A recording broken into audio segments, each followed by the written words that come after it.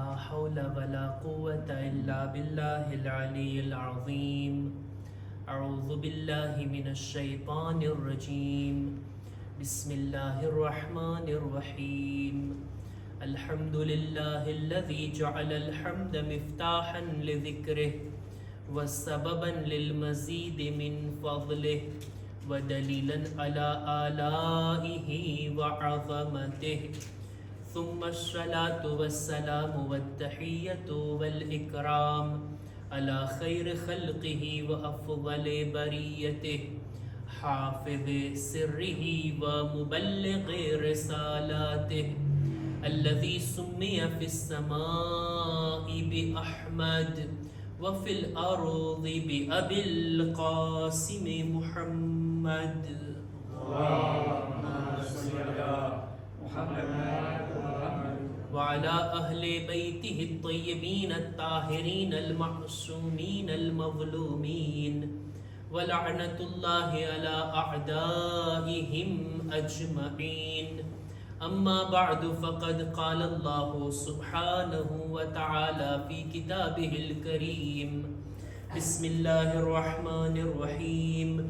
أيحسب الإنسان أن يترك سدى ألم يكن نطفة من مني يمنى ثم كان علقة فخلق فسوى فجعل منه الزوجين الذكر والأنثى أليس ذلك بقادر على أن يحيي الموتى. صلوات بر محمد وآل محمد. اللهم صل على محمد وآل محمد. શબે જુમા અઠવાડિયાની અંદર ખુદા તરફથી મળેલી એક ફુરસત, એક મોકો પોતાના નામે અમાલના સવાબોમાં વધારો કરવાનો અને આપણા ગુનાહોને માફ કરાવવાનો. આમ દિવસોની અંદર કોઈ ઇબાદત કરવામાં આવે અને એ જ ઇબાદત જો શબે જુમાના કે રોઝે જુમાના કરવામાં આવે એનો સવાબ વધી જાય છે. આપણે આમ દિવસોમાં દુઆ કરીએ અને શબે જુમાની દુઆ, આમ દિવસોમાં મજલિસો મહેફિલ, આમ દિવસોમાં ઝિક્ર અહલે બેત અને શબે જુમામાં ઇમામ હુસૈનની ઝિયારત, દુઆ, આ બધી ચીજો પોતાના સવાબને વધારી દે છે. ખુદાવંદે આલમ પોતાના બંદાના સવાબમાં વધારો કરે છે આ શબે જુમાની બરકતથી. અને આ શબે જુમાની અંદર મજલિસોના સિલસિલામાં આપણે કુરાને મજીદના 75મા નંબરના સૂરા સૂરે કયામતની તફસીરની શરૂઆત કર્યા હતા. તફસીર તો શું કહું, આપણે આયત પડતા એનો તર્જુમો કરતા અને મુખ્તસર તૌઝીહ આપી અને આપણે આગળ વધી જતા. જો કે આ આયતોની તફસીર તો આપણા ઉલમાએ કરી છે. મરહુમ શેખ તૂસી તિબિયાનની અંદર કેવી કેવી ઊંડા અર્થોવાળી વાતો લખે છે. તફસીર અલ મીઝાનમાં અલ્લામા તબાતબાઈ, તફસીરે નમૂનાની અંદર અને બીજા આપણા ઉલમા જે તફસીર કરે છે આ સૂરાની, જ્યારે જોઈ રહ્યો હતો તો એમ લાગે કે આ એક ઊંડો દરિયો છે. એક એક આયતના એક એક શબ્દો ઉપર આપણા ઉલમાએ કેટલું બધું લખ્યું છે. પણ ફારસીની કહેવત પ્રમાણે આ બે દરિયારા ગર ન તવાન ચશીદ ન તવાન કશીદ બાયત બે અર્ઝે તશનકી બાયત ચશીદ. આનો તર્જુમો જો કરું ને તો એ રીતના થાય કે દરિયાના પાણીને જો આપણે એક જગ્યાએથી બીજી જગ્યાએ ના લઈ જઈ શકતા હોય તો પછી જેટલી આપણને જરૂરત છે એટલું તો એમાંથી ઉપાડી શકીએ, એટલા ટીપા તો એનાથી આપણે લાભ ઉઠાવી શકીએ. આ છે એનો ભાવાર્થ.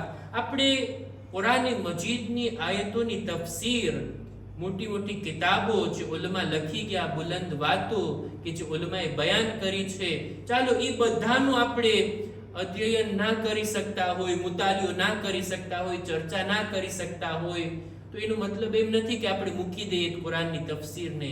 આ રીતના મજલિસોની અંદર થોડી થોડી આયતો કરીને આપણે અમુક જુમલાઓ ઉલમાના તફસીરમાંથી બયાન કર્યા અને કુરાન મજીદની આયતોને મુખ્તસર હદ સુધી આપણે સમજવાની કોશિશ કરી. આ 75મા નંબરનો સૂરો સૂરે કયામત કે જેમાં પૂરેપૂરી વાત જ કયામતની છે. એની 40 આયતો છે, 35 આયતોને આપણે તમારી સમક્ષ રજૂ કરી ચૂક્યા. આ સિલસિલાને ગણી રહ્યો હતો. આજે આપણે આ 12મી કડી છે આ સૂરે કયામતની તફસીરની. છેલ્લી 5 આયતો કે જેની મેં તેલાવત કરી, આપણે એનો તર્જુમો અને એની અંદર ખુદા શું બયાન કરવા માંગે છે એને સમજીને આપણે આ સૂરાની તફસીરને પૂરી કરશું. સૂરે કયામતમાં લગભગ બધી આયતો કયામતના બારામાં છે. દરમિયાનમાં 2-3 આયતો હતી કે જો રસૂલે ખુદાને કુરાન મજીદના બારામાં ખુદા કઈ વાત કહી છે, બાકી બધું વર્ણન કયામતનું હતું.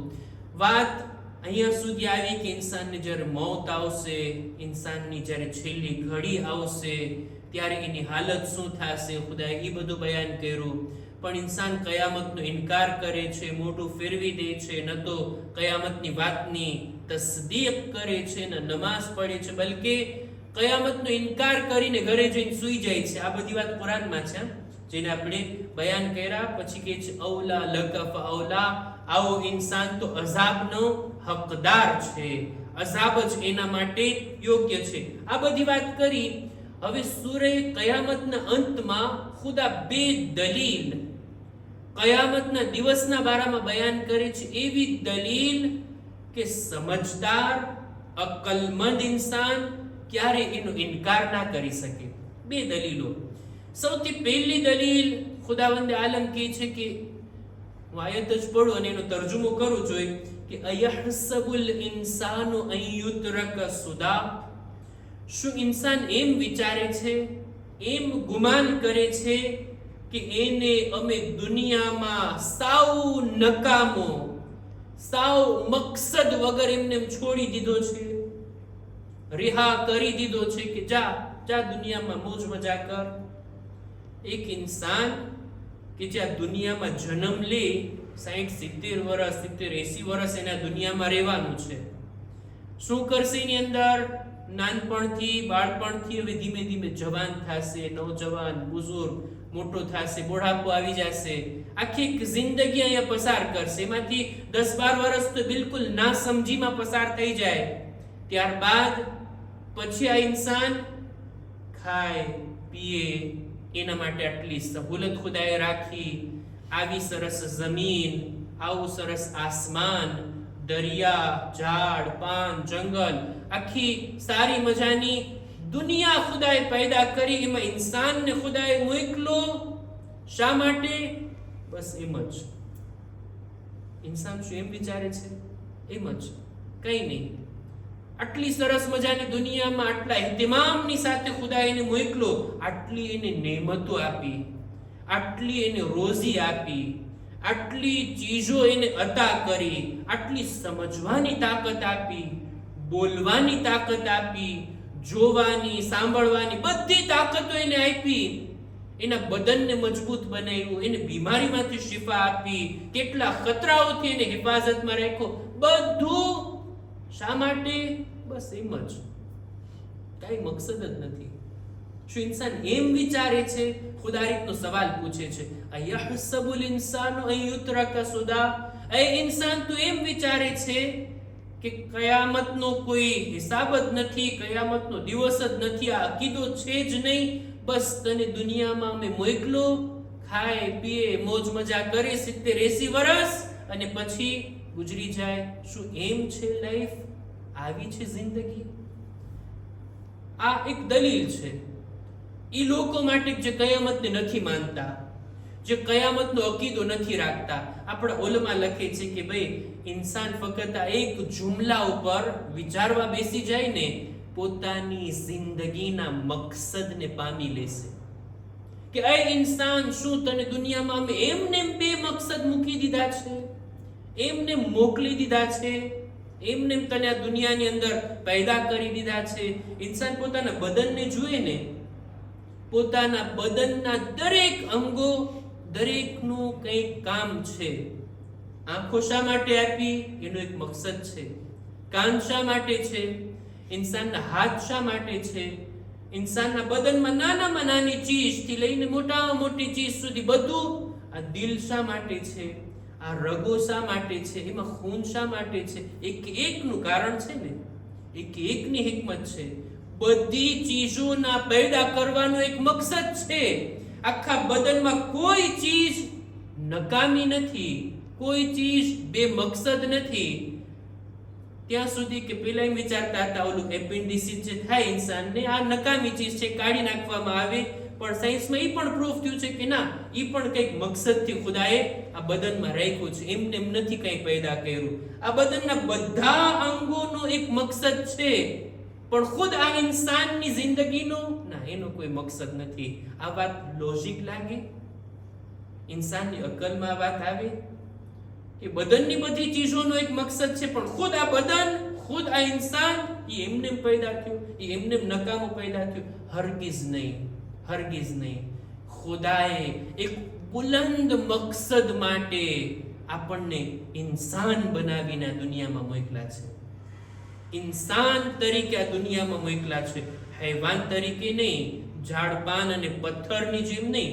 ઇન્સાન બનાવીને આ દુનિયામાં મોકલા. એનું કઈ મકસદ છે, કારણ છે. શું છે?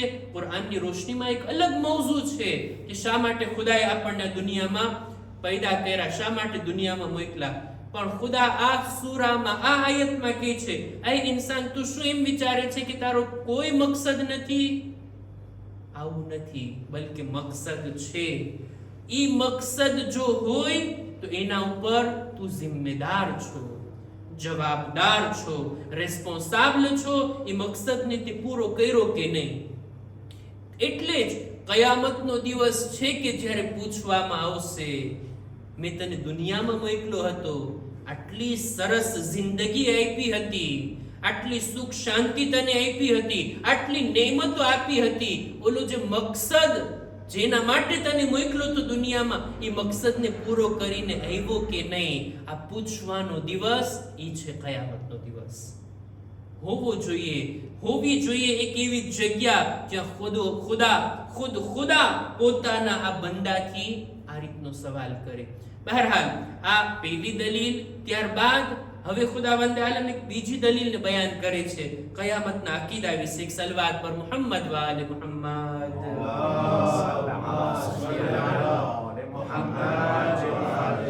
વાતને ન લંબાવતા આનો ફક્ત તર્જુમો કરું કે ખુદાવંદ આલમ સૂરે કયામતના અંતમાં ઇન્સાનને એની औकात દેખાડે છે. એ ઇન્સાન, તું કયામતના દિવસનો ઇનકાર કરે છે, એમ વાતો કરે છે કે ભાઈ મર્યા પછી કોણ આપણને જીવતો કરી શકે? મર્યા પછી તો આપણે ખતમ થઈ જાશું, નિસ્તો નાબૂદ થઈ જાશું, આપણે માટીમાં મળી જાશું. પછી થોડા આપણે જીવતા થઈ શકીએ?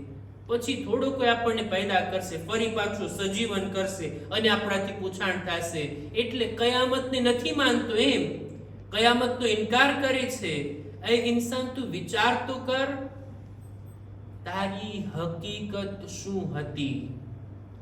દરેક ઇન્સાનનું પાસ્ટ, દરેક ઇન્સાનનું ભૂતકાળ ખુદાવંદ આલમ એની औकात દેખાડવા માટે યાદ અપાવે છે કે અલમ યકુ નુતફતમ મિન મની યુમના. દરેક ઇન્સાન આ મરહલાથી પસાર થયો છે, પછી દુનિયામાં આવ્યો છે, કોઈ આસમાનથી નથી ટેકવું. એ ઇન્સાન, શું તારી ઇબ્તિદા એક નજીસ ટીપાથી નહોતી જેને રહેમમાં નાખવામાં આવ્યું? આ તારી જિંદગીની શરૂઆત છે. શું તું એ મરહલાથી નથી પસાર થયો? સુમ્મા કાના અલકતન ફખલકા ફસવા, અને ત્યારબાદ એક જામેલા લોહીના ટુકડામાં તું બદલી ગયો અને એનાથી ખુદાએ તને ખલ્ક કર્યો. ન ફકત ખલ્ક કર્યો, ફસવા, તને યોગ્ય આકાર આપ્યો, એક શેપની અંદર તને પેદા કર્યો, બરાબર રીતના મુતાદિલ, યોગ્ય રીતે, મુનાસિબ રીતે તને ખલ્ક કર્યો. એટલે માથું ઉપર છે, હાથ દરમિયાનમાં છે, પગ નીચે છે, બે આંખ છે, એક આ બાજુ એક આ બાજુ, દરેક એક અંગ, ઇન્સાનના કાન છે, નાક છે, બધી ચીજોને બરાબર રીતના જેવી હોવી જોઈએ ખુદાએ એવી રીતના તને પેદા કર્યો. અને એ પણ ક્યાં? માના રહેમની અંદર, એ જગ્યાની અંદર કે જે રોજ તારો વિકાસ થતો હતો, દરરોજ તારું બદન ડેવલપ થઈ રહ્યું હતું. આ છે તારી હકીકત. فجعل منه الزوجين الذكر والانثى. ઈ નુતફો રહેમની અંદર જામેલા લોહીની શક્લમાં, ત્યારબાદ ઇન્સાનની ખિલકત, અને ખિલકત જ નહીં, મુનાસિબ ખિલકત, બધા અંગો બરાબર એની જગ્યા ઉપર આ રીતના પેદા કર્યા. અને ત્યારબાદ આટલું જ નહીં, ઈ બાળક જે માના રહેમમાં છે, ખુદાએ એને બેમાંથી એક ચીજ બનાવી, કોઈને મર્દ બનાવ્યા, કોઈને ઔરત બનાવી. આ રીતના એ ઇન્સાન, ખુદાએ તારી ખિલકત કરી. ઇન્સાન જ્યારે ગૌર કરે ને, જ્યારે ઇન્સાન દિક્કત કરે ને, આ બધી વાતો ઈ જમાનાની બયાન થયેલી છે. જ્યારે સોનોગ્રાફી નહોતા, ત્યારે આ બધા સાધનો ના હતા કે કેવી રીતના ઇન્સાનની ખિલકત થાય, આ બધું બયાન નહોતું થયું. આ કુરઆનના ઇલ્મી મુઅજિઝા તરીકે આ બધી આયતો છે કે અત્યારનું મેડિકલ સાયન્સ હેરાન છે કે આ બધું 1400 વર્ષ પહેલા કુરાનમાં બયાન થઈ ગયું, અને અત્યારે એના પ્રમાણે જ આ બધું સાબિત થાય છે. એક એક મરહલા ઇન્સાનની પેદાઈશના જ્યારે ઇન્સાન જુએ ને કે આ બધું મુઅજિઝો છે, કેવી રીતના એની ખિલકત થઈ. કોઈ એક મરહલામાં એક નાનું એવું નુકસાન જો આ ચીજને પહોંચી જાત, ઇન્સાન વજૂદમાં જ ના આવતે, પેદા જ ના થાતે. કેવી રીતના કયા મરહલાથી આ ઇન્સાનને ખુદાએ પેદા કર્યો, બાળક હતું, એની ફિતરતમાં રાખ્યું કે કેવી રીતના માની આગોશમાં એ રહે, કેવી રીતના એને ખોરાક મળે, કેવી રીતના એ મોટો થાય, સમજદાર થાય. હવે જ્યારે દુનિયામાં બધું સારું નરસું સમજે છે, હવે ઇનકાર કરે છે કયામતનો, કે આપણને કોઈ પેદા નહીં કરી શકે, મર્યા પછી બધું ખતમ. ખુદાવંદ આલમ આ બધા મરહલાને યાદ કરાવીને ઇન્સાનને કહે છે, તું શું હતો, તને શું બનાવી દીધા મેં, કેવી રીતના તને પેદા કર્યા. ત્યારબાદ ખુદા એક સવાલ કરે છે, અલૈસ વાલિકા બિકાદિરિન અલા અન યુહયિલ મૌતા. એ ખુદા કે જે કંઈ નહોતો એમાંથી તને પેદા કર્યો, શું એ ખુદા આ તાકાત નથી રાખતો કે મર્યા પછી મુર્દાઓને ફરી પાછા જીવંત કરે, ફરી પાછો ઇન્સાનને સજીવન કરે, જિંદગી આપે અને કયામતના દિવસે ઊભો કરે. આ આયતથી આ સૂરો પૂરો થાય છે. રસૂલે ખુદા સલ્લલ્લાહુ અલૈહિ વસલ્લમ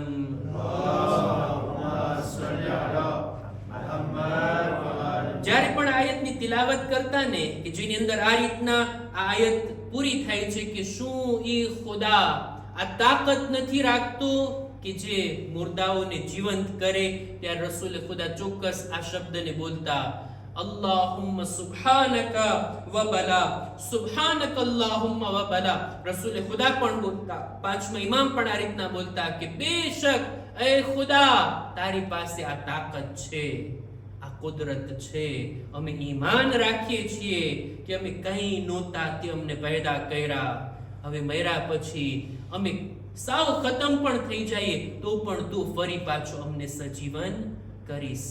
આ બે દલીલ ખુદાવંદ આલમ બયાન કરે છે ઇન્સાન માટે કે એક તો તારી જિંદગીનો કંઈ મકસદ છે એને ધ્યાનમાં રાખ, અને બીજું તારી औकातને તો તું જો ક્યાંથી ક્યાં સુધી ખુદા તને પહોંચાડી દીધો, શું એ ફરી પાછો કબ્રથી જીવંત નહીં કરે.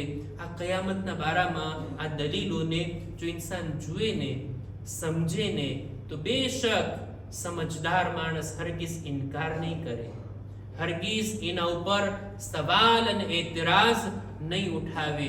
ઇન્સાન એતરાઝી માટે કરે છે, કયામતના અકીદાને સ્વીકારતો નથી એ માટે કે જો કયામતને માની લીધા ને એટલે હવે અલ્લાહના કાયદા કાનૂનને અનુસરવું જોશે, હલાલ અને હરામને રિસ્પેક્ટ આપવો જોશે, બધું કરવું, બધું આપણા માટે જાયઝ નહીં હોય, કારણ કે ખુદા આપણાથી એક દિવસ સવાલ કરવાનો છે કયામતના દિવસે. આ રીતના આપણે આ સૂરે કયામતની તફસીરને પૂરી કર્યા, આ 40 આયતોને, અને આ 12 મજલિસોની અંદર આપણે આ સિલસિલાને પૂરો કર્યા. ખુદાનો શુક્ર અદા કરીએ છીએ અને ખુદા આપણને વિચારવાની તૌફીક આપે. આ સૂરે કયામતની તફસીરના અનુસંધાનમાં કયામત વિશેનો આપણો અકીદો આપણા દિલોમાં મજબૂત અને મુહકમ બને ઇન્શાઅલ્લાહ.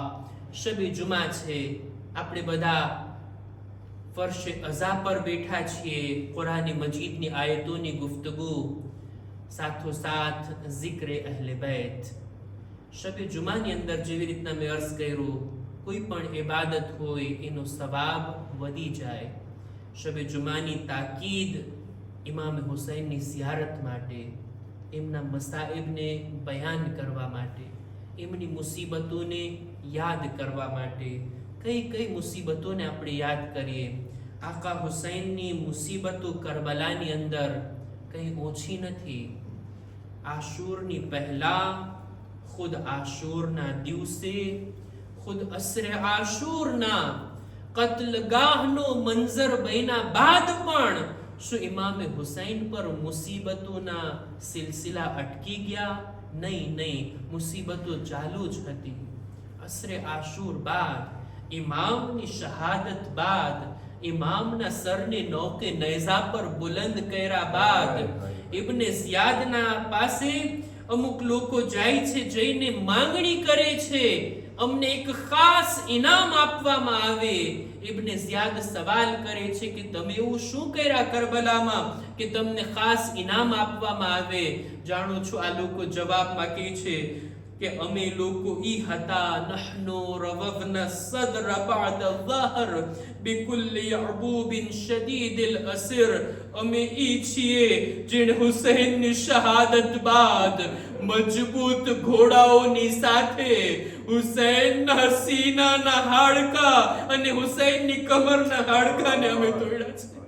અમે એવી રીતના ઘોડાને દોડાવ્યા છીએ કે ઇમામની લાશ એવી રીતના પામાલ થઈ ગઈ કે હવે ઇમામની બહેન પણ એના સરાહને આવે તો ઓળખી નહીં શકે. અમે એવા કામો કર્યા છીએ. હા અઝીઝો, કેટલી મોટી મુસીબત હતી.